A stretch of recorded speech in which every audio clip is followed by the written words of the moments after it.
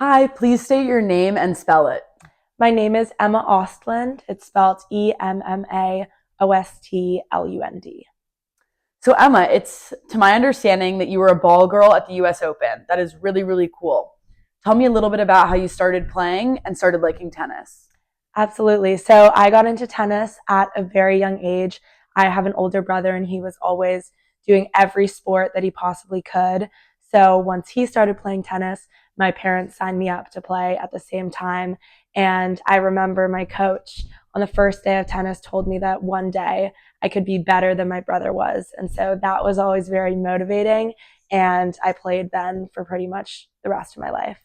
Did you guys play ever together growing up? Yeah, we grew up playing all the time. Of course, not when I was super young, but once I got older and could compete with him a little more, we'd always love playing together. And I think that's how I got as good as I did, was because I always had someone older than me who I aspired and looked up to.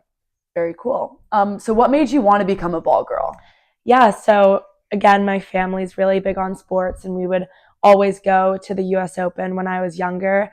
And I just thought they were so cool. I obviously looked up to all of the professional tennis players. So to be that close on the court with the professionals was always a dream for me. I wanted to do it since I was like 8, but you had to be 14 to do it. So once I turned of age, it was the first thing I wanted to try to do.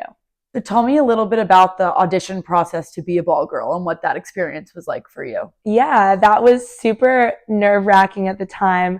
My brother and I, we both tried out. I think there were around 500 people for 80 spots. It was very competitive. There were 3 rounds of tryouts, and they would have you roll the ball, throw the ball, see how fast you were, see how you listened to instructions. And eventually, after 3 rounds, I got the email that I was going to be a ball kid, and from there it was around a week of training and then right onto the court. Very cool. I'm just going to adjust the frame really quickly. Okay, there we go. So once you get that email and get that job, how does it work with deciding who gets to be on what court?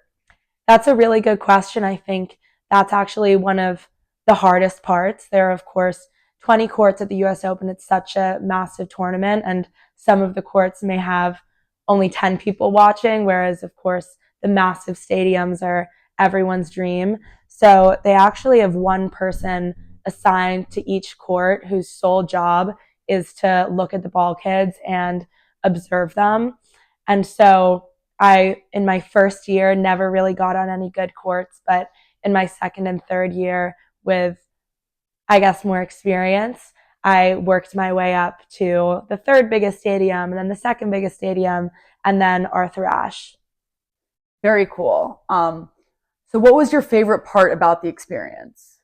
I think my favorite part for me, I grew up wanting to become a professional tennis player, which I obviously did not accomplish that goal, but to be so up close and personal with some of my idols from such a young age, it almost felt like I did accomplish that goal because I was able to be on the court and feel the atmosphere.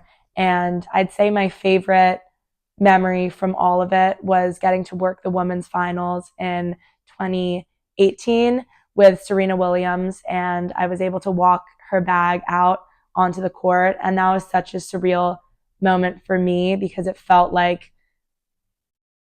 I was the best tennis player in the world because I walked on Totally. with her, and I got to experience that atmosphere of what it feels like to walk on the court. And that's one of the most rewarding memories I had, for sure. Well, that's all so cool and sounds like so much fun. Thank you so much for doing this. Thank you.